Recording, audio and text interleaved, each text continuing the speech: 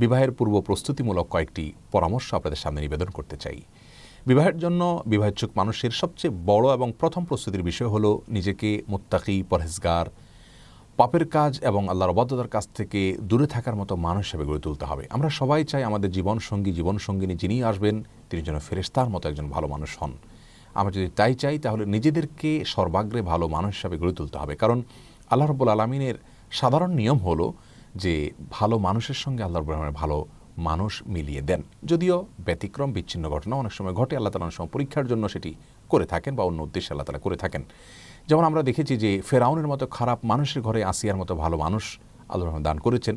আবার নূহ এবং লূত আলাইহিসসালামের মতো ভালো মানুষদের ঘরে খারাপ এবং অবাধ্য স্ত্রীও আল্লাহ তাআলা দিয়েছেন। অতএব কেউ নিজে খারাপ হলে তার জীবনসঙ্গিনীও অবশ্যই খারাপই হবেন, এরকম সহজ সমীকরণ যেন না করেন, এমনটি যেন মনে না করেন। তবে সাধারণ অবস্থায় আমি ভালো হওয়ার চেষ্টা করব, সেক্ষেত্রে আল্লাহ একজন ভালো জীবনসঙ্গিনী আমাকে দিবেন, সে আশা আমি জোরালোভাবে করতে পারি। বিবাহের পূর্ব প্রস্তুতির অংশ হিসাবে আমাদেরকে দ্বিতীয় যে কাজটি করতে হবে তা হলো আল্লাহর কাছে সাধারণ অবস্থাতে সাধারণভাবে দোয়া করতে হবে। আল্লাহ তাআলা যেন আমাদেরকে ভালো জীবনসঙ্গিনী দান করেন, জীবনসঙ্গী দান করেন। আর বিশেষভাবে কোরআনে কারিমে সূরা ফুরকানের আয়াত নম্বর ৭৪-এর শেষ অংশ, দোয়ার অংশটা বেশি বেশি করে পাঠ করতে হবে। সকাল সন্ধ্যা উঠতে বসতে বিভিন্নভাবে বেশি বেশি কোনো সংখ্যা নির্ধারণ না করে আল্লাহর কাছে দোয়া নিবেদন করতে হবে। আর দোয়াটি হলো রব্বানা হাব লানা মিন আজওয়াজিনা ওয়া যুররিয়াতিনা কুররাতা আয়ুন ওয়াজআলনা লিল মুত্তাকিনা ইমামা, যার অর্থ হলো হে আমাদের রব, হে আমাদের আল্লাহ, আপনি আমাদের জীবনসঙ্গিনী এবং পরিবারের সদস্যদেরকে, সন্তানদেরকে এমন মানুষ হিসাবে আমাদের সামনে উপস্থিত করুন, বা এমন মানুষদেরকে আমাদের জীবনসঙ্গিনী এবং পরিবারের সদস্য হিসাবে দান করুন যাদেরকে দেখলে আমাদের নয়ন জুড়িয়ে যায়, চোখ জুড়িয়ে যায়, অন্তর শীতল হয়ে যায় এবং যারা মুত্তাকিদের ইমাম হতে পারে। অত্যন্ত অর্থবহ চমৎকার একটি দোয়া, এটি বিশেষ করে পাঠ করা যেতে পারে ভালো জীবনসঙ্গিনী পাওয়ার জন্য। এটি বিবাহের পূর্ব প্রস্তুতির অত্যন্ত গুরুত্বপূর্ণ একটি অংশ। তৃতীয়ত, বিবাহের পূর্ব প্রস্তুতি হিসাবে একজন ভালো জীবনসঙ্গিনী পাওয়ার স্বার্থে যার ভিতরে দিনদারিতা আছে, যার ভিতরে তাকওয়া আছে, যার ভিতরে অল্পে তুষ্টি আছে, যার ভিতরে দুনিয়ার মোহ নাই, লোভ নাই, এরকম একজন মানুষকে জীবনসঙ্গী হিসাবে তালাশ করে নিতে হবে।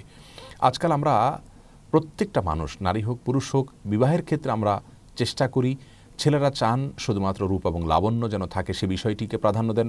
আবার মেয়েরা দেখা যায় যে পুরুষদের অর্থকড়িকে সবচেয়ে বেশি গুরুত্বের সাথে দেখেন। অথচ রাসূল করিম সাল্লাল্লাহু আলাইহি ওয়াসাল্লাম আমাদেরকে বলেছেন ফাসফার বিজাতিদ দ্বীন, বিবাহের ক্ষেত্রে জীবনসঙ্গিনীর দিনদারিতাকে তুমি গুরুত্বের সাথে দেখবে এবং দিনদার জীবনসঙ্গিনী পেয়ে তুমি জেতার চেষ্টা করবে, কারণ সেটাই প্রকৃত সুখ এবং সেটাই প্রকৃত সমৃদ্ধি। অতএব জীবনসঙ্গীর ক্ষেত্রে সবচেয়ে গুরুত্বপূর্ণ বিষয় হলো তার ভিতরে দুনিয়ার মোহ থাকবে না, দুনিয়ার লোভ থাকবে না, তাহলে ইনশাআল্লাহ অনেক অনাচারের পথ, অনেক চাওয়া পাওয়ার পথ এমনিতে রুদ্ধ হয়ে যাবে। বিবাহের চতুর্থ যে প্রস্তুতির কথা বলবো তা হলো জীবনসঙ্গিনী নিজের জীবনের পার্টনার যিনি হবেন তার অধিকার সম্পর্কে আগে থেকে জেনে নিতে হবে। এটি বিবাহের প্রস্তুতির অংশ। অনেক সময় দেখা যায় যে দাম্পত্য জীবনে এসে নারী পুরুষ একে অন্যের অধিকার খর্ব করেন, ক্ষুণ্ণ করেন, নিজের অযান্ত্রিক অধিকার নষ্ট করছেন এবং যার ফলে দাম্পত্য জীবনে অশান্তি হয়ে যায়। এজন্য বিবাহের আগে থেকে আপনার জীবনসঙ্গী বা জীবনসঙ্গিনীর কী কী অধিকার আল্লাহ তাআলা দিয়েছেন, কোরআন হাদিস দিয়েছে, সেগুলোকে অত্যন্ত ভালোভাবে রপ্ত করে নিতে হবে। বিবাহের ৫ নম্বর প্রস্তুতি হলো ছেলেরা হালাল উপার্জনের চেষ্টা করবেন, কারণ বিবাহের পরে তার স্ত্রী এবং পরিবারের ব্যয়ভার বহন করা ইসলাম শরীয়ত তার জন্য আবশ্যক করেছে।